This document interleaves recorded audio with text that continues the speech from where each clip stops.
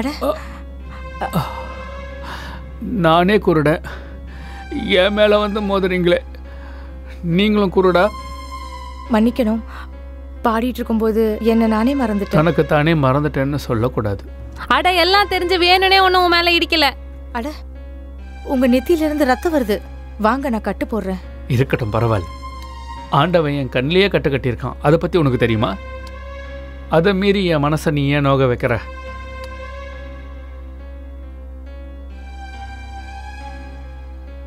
ஓஹோ, இவனே கண்ணு தெரியாதவன், பேசுற பேச்ச பாரு மகாராஜா மாதிரி. அது இல்லாம சொல்றான் மனச நோகடிக்காதீங்கன்னு, என்னமோ உன் புருஷ மாதிரி. ச்சே, ஏன் இப்படியெல்லாம் பேசுற? எனக்கு இந்த மாதிரி கணவனா வருவான்? எனக்கு வரப்போற கணவன் கண்டிப்பா ராஜா மாதிரி இருப்பார். சிவானந்தரே, உங்க பையனுக்கும் நர்மதாவுக்கும் பொருத்தம் இல்லைன்னு ஜாதகம் சொல்லுது. அந்த ஜாதகத்துல செவ்வாய் இருக்கு. பண்டிதரே, யாருடைய ஜாதகத்துல செவ்வாய் இருக்கோ அந்த மாதிரி ஒரு ஜாதகத்தை தேடுங்க. அப்படியே கிடைச்சாலும் நான் தரமாட்டேன். ஏன்னா கல்யாணம் ஆன கொஞ்ச நாள்லயே நர்மதா விதவை ஆயிடுவா. இவளுக்கு கல்யாணமே நடக்கக்கூடாது. அப்போ என்னுடைய பொண்ணு ஆயுசு முழுக்க குமரியாவே வைக்கணுமா? இல்ல இல்ல இல்ல இல்ல, நான் அப்படி சொல்லல. நான் என்ன சொல்றேன்னா, அவ குமரியா இருந்தா எப்ப என்ன செய்வன்னு யாருனாலும் கணிக்க முடியாது. இவளை யார் கல்யாணம் பண்ணுவா? இவளை கல்யாணம் பண்ணிக்க நினைக்கிறவன் அகால மரணம் அடைவா. இதுக்கு ஒரு நல்ல வழி இருக்கு. இவளாவே செத்துட்டா நல்லா இருக்கும். என்ன இப்படி பேசுறீங்க சிவானந்தரே? சிவ சிவ சிவ சிவ சிவ சிவ சிவ சிவா சிவ சிவா, உன்னுடைய பொண்ணு அதிர்ஷ்டமில்லாதவ. இவ கல்யாணமே பண்ணக்கூடாது, புரிஞ்சுதா? ராசி இல்லாதவ. உன்னுடைய பொண்ணு ராசி இல்லாதவ, அவர் அதிர்ஷ்டம் இல்லாதவ. அவ கல்யாணமே பண்ணிக்க கூடாது பிதாம்பர். உன்னுடைய பொண்ணு ராசி இல்லாதவ, உன்னுடைய பொண்ணு ராசி இல்லாதவ. இவ சாகணும், இவளை சாக சொல்லுங்க.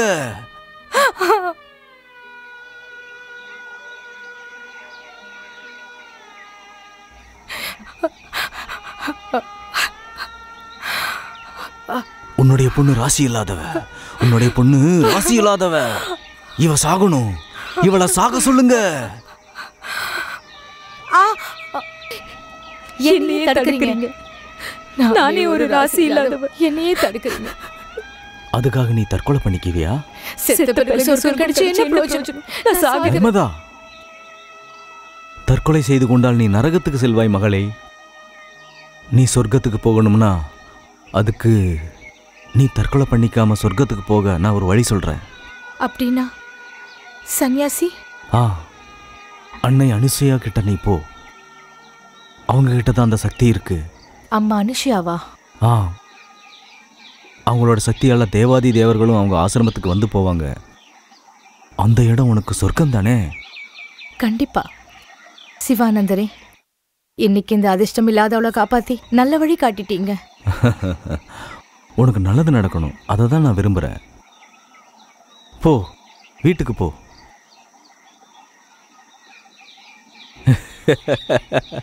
சொர்க்கம் டும் டும். இதெல்லாம் என் வேலைதான்.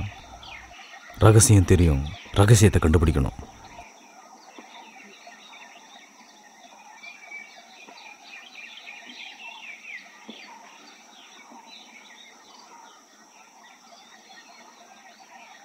அம்மா, என்னை நீங்க தாம்மா காப்பாத்தணும்.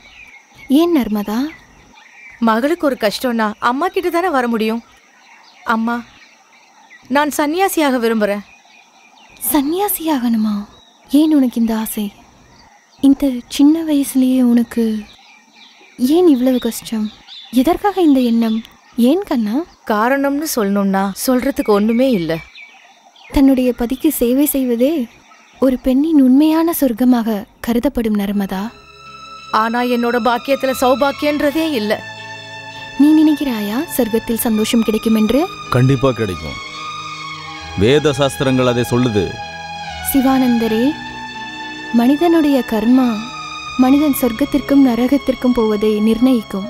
அம்மாவை நோக்கி விரதம் இருந்தால் நேராக சொர்க்கத்திற்கு செல்லலாம். இதெல்லாம் ஒரு சாக்கு. இதையே மறைக்கிற? இவளை அங்க அனுப்புறதுக்கான சக்தி உங்ககிட்ட இல்ல, உண்மைதானே? மகாசக்தின்னு சொல்லிட்டு நீங்க நாடகம் ஆடுற. அந்த பரமேஸ்வரனை இங்க கூப்பிட முடியுது, இவளை உன்னால சொர்க்கத்துக்கு அனுப்ப முடியாதா? நாடகக்காரி.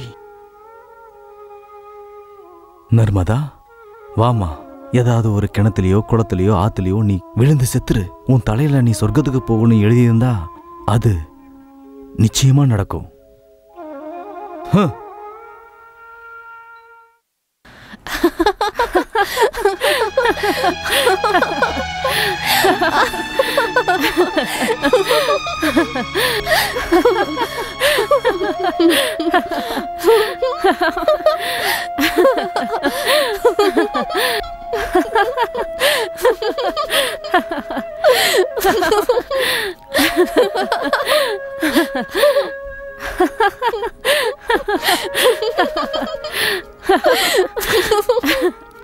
அனுஷியா தாயே, என்னுடைய இந்த 3 திசைய உங்களோட இந்த சக்தியால எப்படி மாத்த போறீங்கன்னு இந்த பூலோகம் மட்டும் இல்ல, அந்த சொர்க்கமும் எதிர்பார்க்குது. நர்மதா, இது உபகாசம் இல்ல, அகங்காரத்தோட கர்ஜனை. அந்த அகங்காரத்தை தூள் தூள் ஆக்குங்க. அந்த சிவனோட அருளால இந்த பூலோகத்துல வாழற மகாசதியோட சக்தி என்னன்னு காமிங்க.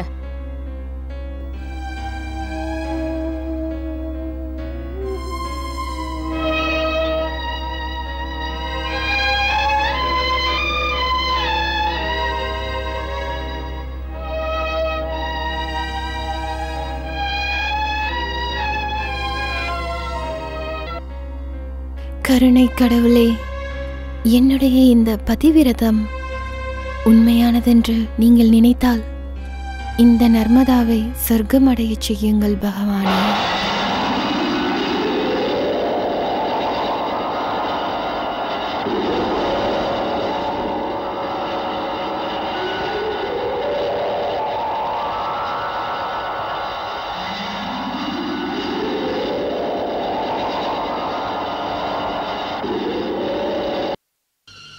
இது என்ன? இந்த லோகம் ஏன் இப்படி ஆடுது? தேவேந்திரா, மகாசதியோட இந்த புண்ணிய செயலால நர்மதா நேரடியாக சொர்க்கத்துக்கு வந்துக்கிட்டு இருக்கா. அதே சக்தியால தான் இந்த லோகமும் இப்படி ஆடுது. நர்மதாவை நிப்பாட்டுங்க. மனுஷங்கள்லாம் இப்படி நேரா சொர்க்கத்துக்கு வந்துட்டா தங்கள் 3 பேருடைய விஷயங்களான சர்ஜன், பூஷன், சன்ஹார் இவர்களது மரியாதை போய்விடும். பிறகு யமராஜாவை யார் கும்பிடுவார்கள்?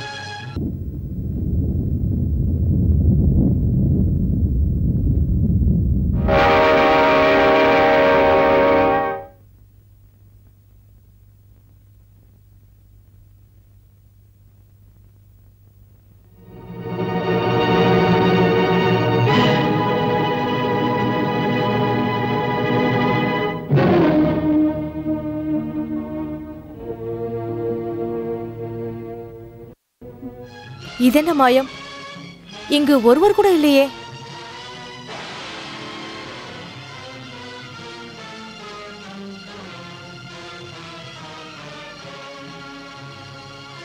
பூலோகத்திற்கு திரும்ப சென்று விடு பெண்ணே. ரொம்ப கஷ்டப்பட்டு எனக்கு இந்த சொர்க்கம் கிடைச்சது. இதுல உங்களுக்கு என்ன கஷ்டம்? அடுத்தவர்களின் புண்ணியத்தை வைத்து நீ சொர்க்கம் வர முடியாது மகளே. உன்னுடைய கர்மாவால் தான் நீ சொர்க்கம் வர இயலும். இவ்வளவு பெரிய உலகத்துல எனக்கு எங்கேயுமே இடம் இல்லையா? அப்போ நான் எங்க போறது? எங்க போறது? நீ சென்று உன்னுடைய சக்தியால் உன்னுடைய வாழ்க்கையை வாழப்பார். நீ மகாசதியிடம் சரணடைந்து விடு. நீ எப்படி நடந்து கொள்ள வேண்டும் என்று அவள் கூறுவாள் பெண்ணே.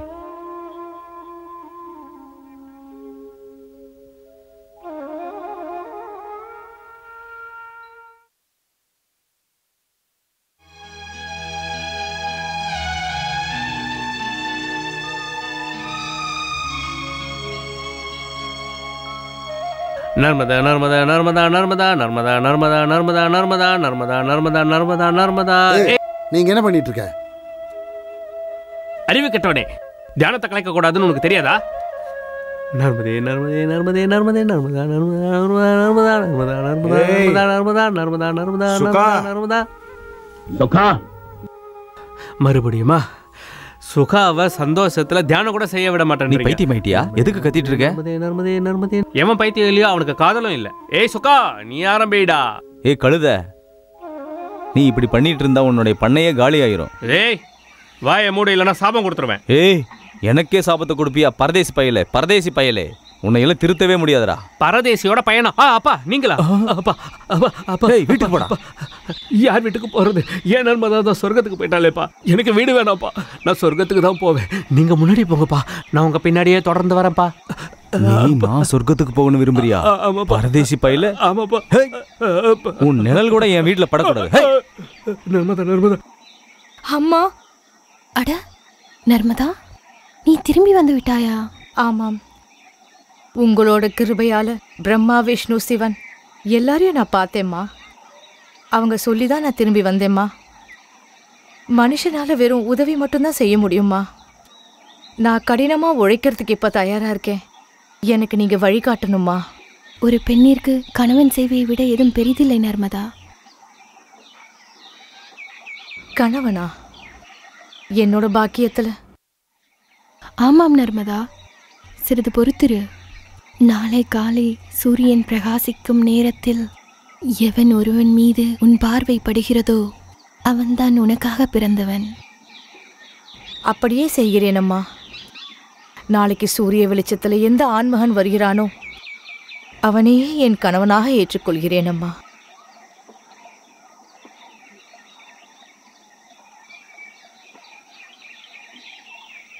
கேட்டீர்களா?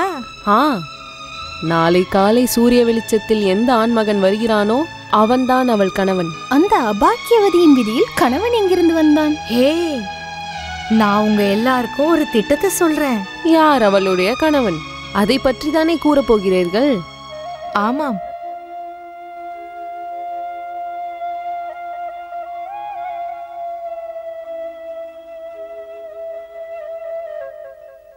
இதென்ன ரகசியம்?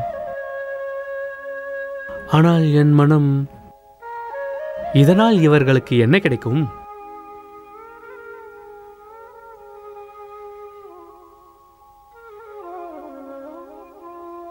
எல்லாம் கடவுளின் மாயை. ஆச்சாரி, ஆச்சாரி, இவன் வேற ஒருத்தன். காலங்காத்தால எவன் முகத்தில் முழிச்சனோ தெரியல. கடவுளே, இப்போ நான் என்ன செய்வேன்? நல்ல நேரத்துக்கு போகும்போது எப்படி பண்ணிட்டானே. சாகரா வேற எங்கன்னா போய் சாக வேண்டியதானே. இங்க எதுக்கு வந்த? என்ன பண்றதுப்பா? எல்லாரும் என்னை பார்த்தா 100 அடி தள்ளி போய் நிற்கிறாங்க. நானே எப்போ சாவு வரும்னு பார்த்துக்கிட்டு இருக்கேன்ப்பா. எப்போ சாவு வரும்னு பார்த்துக்கிட்டு இருக்கேன். உள்ள இளமையா இருக்க, அழகா இருக்க, ராஜ்குமார மாதிரி இருக்க. ராஜ்குமாரனா?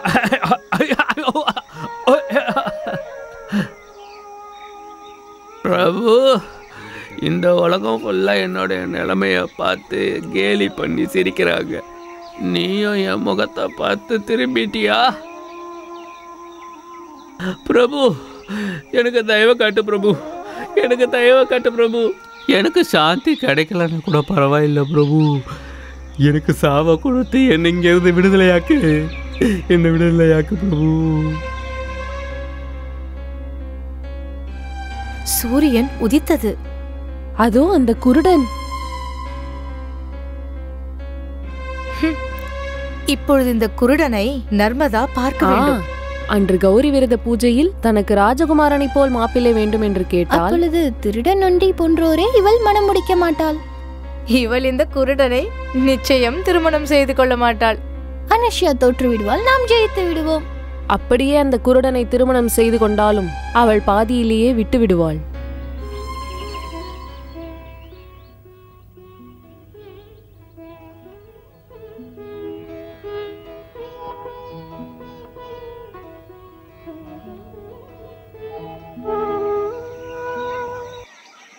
ஈஸ்வரா, சூரிய தேவனே, என் மனசுல இருக்கிறத நிறைவேத்துங்க இப்பொழுதே.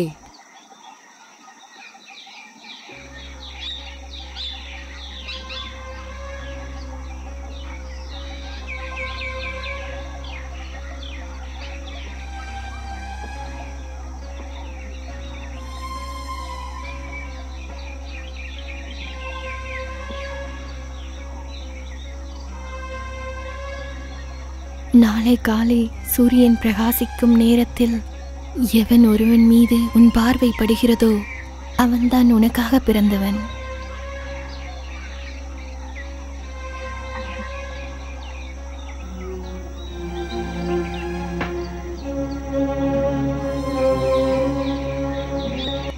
பரமேஸ்வராய நமஹ.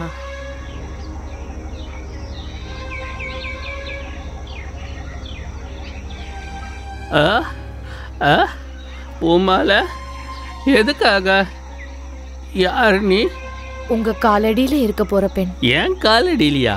ஆமா, என் வாழ்க்கை துணையே. வாழ்க்கை துணையா? நீயும் என்ன கிண்டல் பண்றியா இப்ப?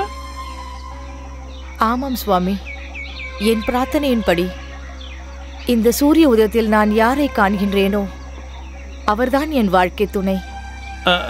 நான் உன் கணவனா?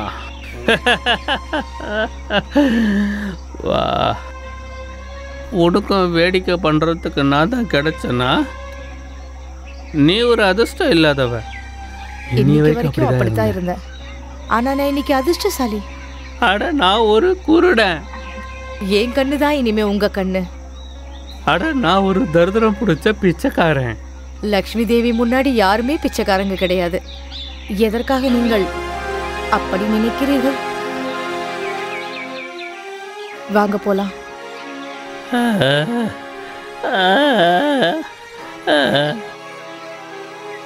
நர்மதா, நர்மதா, நீ சொர்க்கத்துல இருந்து வந்துட்டியா?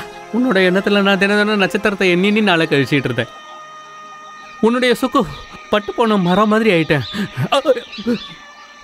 அவசகணும் நாய் மாதிரி இவன் எதுக்கு நடுவில் வந்தான்? சுக்கானந்த், எனக்கு இவனை நல்லா தெரியும். அதிர்ஷ்டம் இல்லாதவனே. உனக்கு அறிவு இல்லையா? இவர் என்னுடைய கணவர். என்னது கணவரா? இவன் உன் கணவனா? ஆமாம் சுக்கானந்த், என்னுடைய வேண்டுதலின்படி இந்த சூரிய உதயத்தில் நான் யாரை காண்கிறேனோ அவரே என் கணவர். வாருங்கள் சுவாமி.